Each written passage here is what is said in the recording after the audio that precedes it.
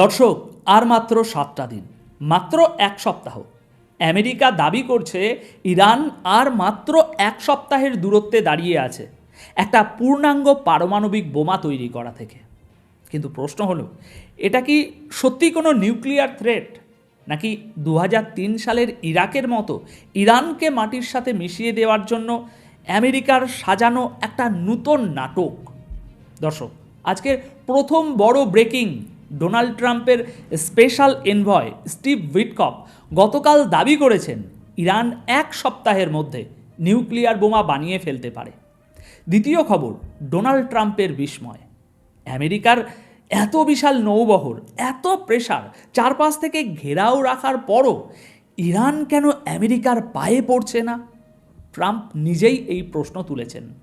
তৃতীয় এবং অত্যন্ত গুরুত্বপূর্ণ বিষয় হলো ইরানের প্রেসিডেন্ট মাসুদ পেজিশকিয়ানের বুক চিতিয়ে দেওয়া একটা জবাব। পরিষ্কার বলে দিয়েছেন, দেশের শেষ রক্তবিন্দু থাকতেও আমরা মাথা নোয়াবো না।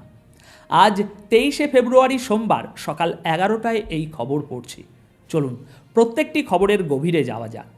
দর্শক, ডোনাল্ড ট্রাম্পের সবচেয়ে কাছের মানুষ, মিডল ইস্টের বর্তমান সময়ের অন্যতম প্রভাবশালী মার্কিন এনভয় স্টিভ উইটকফ হঠাৎ করে গতকাল বিকেলে একটা স্টেটমেন্ট দিলেন।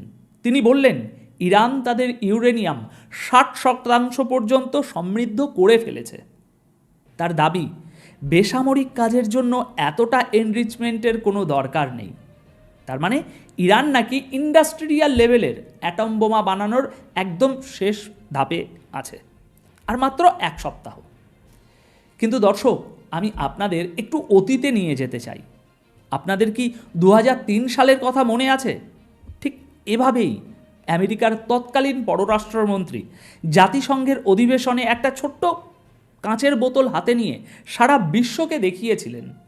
বলেছিলেন, সাদ্দাম হোসেনের কাছে ওয়েপেন অফ মাস ডিস্ট্রাকশন বা গণবিধ্বংসী অস্ত্র আছে। ইরাক যে কোনো দিন দুনিয়া ধ্বংস করে দেবে। তারপর কি হলো? আমেরিকা ইরাকে হামলা করলো, লাখ লাখ সাধারণ মানুষ মারা গেল, সাদ্দাম হোসেনকে ফাঁসি দেওয়া হলো। আর বছর দশেক পর আমেরিকা নির্লজ্জের মতো স্বীকার করলো, সরি, আমাদের ইন্টেলিজেন্স রিপোর্ট ভুল ছিল, ইরাকে কোনো গণবিধ্বংসী অস্ত্র ছিল না। সিরিয়াসলি বলুন তো, আজ 2026-এ দাঁড়িয়ে আমেরিকা কি আমাদের আবারও বোকা ভাবছে? ইরান যখন বারবার বলছে, মাত্র 3 দিন আগে খোদ ইরানের প্রেসিডেন্ট মাসুদ পেজিশকিয়ান ক্যামেরার সামনে দাঁড়িয়ে বলেছেন, আমরা কোনো পারমাণবিক বোমা বানাচ্ছি না, আমাদের সেই ইচ্ছাও নেই। আপনাদের যদি সন্দেহ থাকে, আসুন আমাদের নিউক্লিয়ার সাইটগুলো চেক করে যান। তাহলে আমেরিকা কেন এই এক সপ্তাহের জুজু দেখাচ্ছে? কারণ আমেরিকা আসলে ইরানের উপর সরাসরি সামরিক হামলা করার একটা গ্রাউন্ড তৈরি করছে, তারা একটা জাস্টিফিকেশন খুঁজছে। উইটকফ যে 3টি রেড লাইনের কথা বলেছেন, ইউরেনিয়াম এনরিচমেন্ট বন্ধ করা, সমস্ত পারমাণবিক উপাদান আমেরিকার হাতে তুলে দেওয়া এবং নেভাল প্রেশার মেনে নেওয়া, এগুলো কোনো ডিপ্লোম্যাসি নয় দর্শক, এগুলো হলো স্রেফ দাসত্ব মেনে নেওয়ার শর্ত। আর এর ভেতরে আর একটা ভয়ঙ্কর চাল আছে। উইটকফ সম্প্রতি দেখা করেছেন ইরানের সাবেক শাহের ছেলে রেজা পেহলভির সাথে। দর্শক, 1979 সালের ইসলামিক বিপ্লবের আগে এই পেহলভি রাজপরিবারই ছিল ইরানে আমেরিকার হাতের পুতুল। আমেরিকা কি আবারও ইরানে সরকার পতনের স্বপ্ন দেখছে? তারা কি ভাবছে বাইরে থেকে বোমা মেরে আর ভেতর থেকে বিদ্রোহ করিয়ে তারা ইরানের শাসন ক্ষমতা আবারও নিজেদের তাবেদার কারো হাতে তুলে দেবে? স্বপ্ন দেখা ভালো, কিন্তু আমেরিকার এই স্বপ্ন যে কতটা অবাস্তব সেটা আমরা এই পরের পয়েন্টে বুঝতে পারবো। এবার দ্বিতীয় খবর, এই অংশটা শুনলে আপনি বুঝতে পারবেন আমেরিকার সাইকোলজি এখন কতটা ফ্রাস্ট্রেটেড। স্টিভ উইটকফ তার ইন্টারভিউতে একটা মারাত্মক তথ্য ফাঁস করেছেন। তিনি বলেছেন, প্রেসিডেন্ট ডোনাল্ড ট্রাম্প নাকি তাকে সকালে ডেকে অবাক হয়ে জিজ্ঞাসা করেছেন, ব্যাপারটা কি? ইরান এখনও আমাদের কাছে এসে মাথা নত করছে না কেন?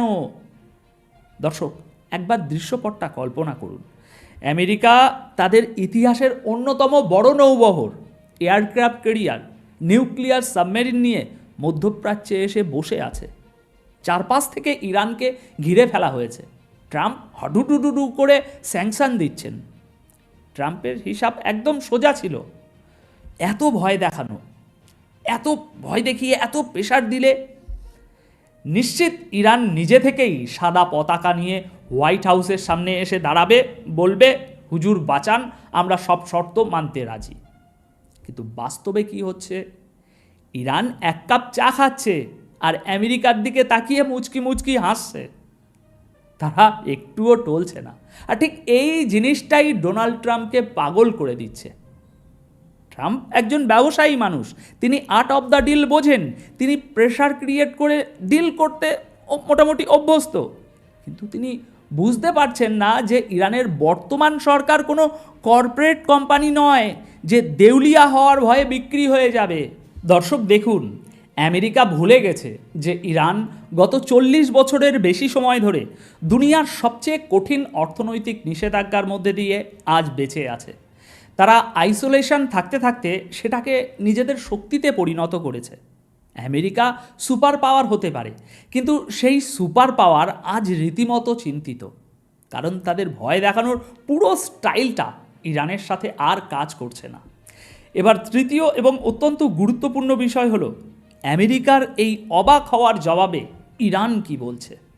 ইরানের প্রেসিডেন্ট মাসুদ পেজিশিয়ান কোনো ডিপ্লোম্যাটিক লুকোচুরি খেলেননি, তিনি একদম চোখে চোখ রেখে কথা বলেছেন। গতকাল সন্ধ্যায় পেজিশিয়ান স্বীকার করেছেন যে হ্যাঁ, আমাদের দেশে সমস্যা আছে, আমাদের অর্থনীতি চাপে আছে, মুদ্রাস্ফীতি আছে, মানুষের কষ্ট আছে। দর্শক, এই সত্যটা খেয়াল করুন, তিনি লুকাচ্ছেন না। তিনি ঠিক এর পরের লাইনেই যে কথাটা বলেছেন সেটা আমেরিকার বুকে কাঁপন ধরিয়ে দেওয়ার জন্য যথেষ্ট। তিনি বলেছেন, আমাদের হাজারটা কষ্ট থাকতে পারে, কিন্তু আমরা বাইরের কোনো শক্তির চাপে, কোনো হুমকির মুখে মাথা নোয়াবো না। দেশের মানুষ আর সরকার শেষ রক্তবিন্দু পর্যন্ত লড়াই করবে। সহজ বাংলায় যদি বলি, ওই যে দক্ষিণ ভারতের একটা সিনেমা ছিল না, পুষ্পা ঝুঁকেগা নেহি সালা, ইরানের স্ট্যান্ড এখন ঠিক সেটাই। পেজিশিয়ান পরিষ্কার করে দিয়েছেন যে দুনিয়ার ক্ষমতাধর রাষ্ট্রগুলো যদি ভাবে তারা অন্যায়ভাবে গলা টিপে ধরে ইরানকে আত্মসমর্পণ করাবে, তাহলে তারা বোকার স্বর্গে বাস করছে। ইরান তার আত্মমর্যাদা এবং সম্মানের সাথে কোনোদিন আপোস করবে না। দর্শক, এই স্টেটমেন্টটা শুধু একটা পলিটিক্যাল স্পিচ নয়, এটা হলো আমেরিকার প্রতি একটা ওপেন চ্যালেঞ্জ। এর মানে হলো আমেরিকা যদি ভাবে যে তারা ভয় দেখিয়ে ব্ল্যাকমেল করবে, তবে ইরান সেই ব্ল্যাকমেলের শিকার হবে না। তারা টেবিলের উপরে বসে সমানে সমান কথা বলতে চায়, আমেরিকার পায়ের নিচে বসে নয়। আর এটাই হলো আসল খেলা, যেখানে আমেরিকা অভ্যস্ত নয়। তারা সবসময় মাস্টার থাকতে চায়, কিন্তু ইরান তাদের সেই সুযোগটাই দিচ্ছে না। আপনার বিশ্লেষণ কি বলে? কমেন্ট বক্সে আমি আপনাদের মতামত পড়তে চাই। চ্যানেলটি সাবস্ক্রাইব করে বেল আইকনে ক্লিক করে রাখুন। ধন্যবাদ আপনাদের সকলকে।